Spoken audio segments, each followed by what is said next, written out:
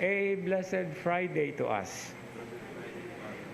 There is one interesting expression that we also have to take into perspective every time we do our duties, just like the women in today's gospel reading, contributing what they have for the ministry of Jesus and the apostles, but also from the very perspective of the celebration of the Eucharist as an act of thanksgiving.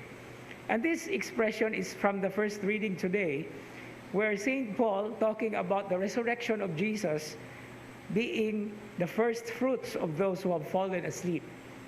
Now, the expression first fruits always has something to do with harvest, ang unang mga bunga.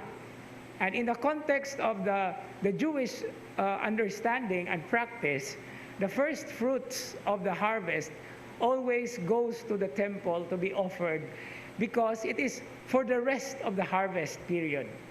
And this is something that we have to take into account, because when we offer the first fruits, for example, the field, or the many beautiful things that we are doing, ang mga grasya nga itong nadawat, it's always said because of thanksgiving.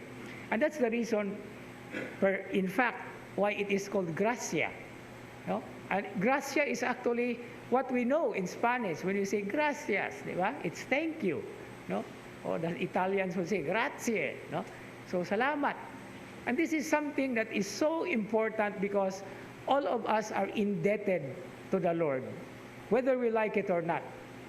That's also the reason why the women who followed Jesus were so, zealous to help him, because they were indebted to him.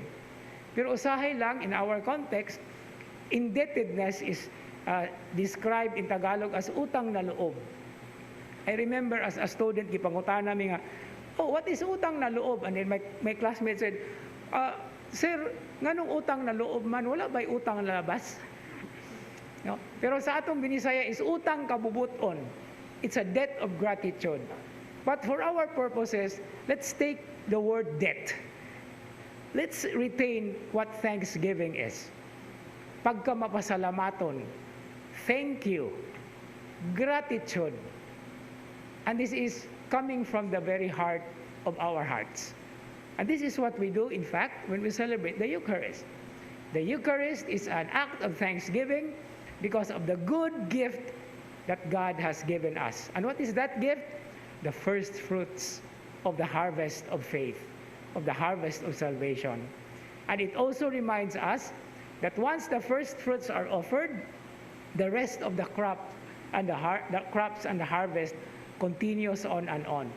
And we belong to the continuous harvesting of the crops that are planted by God for the good of the whole world and for the good of all humanity. Amen.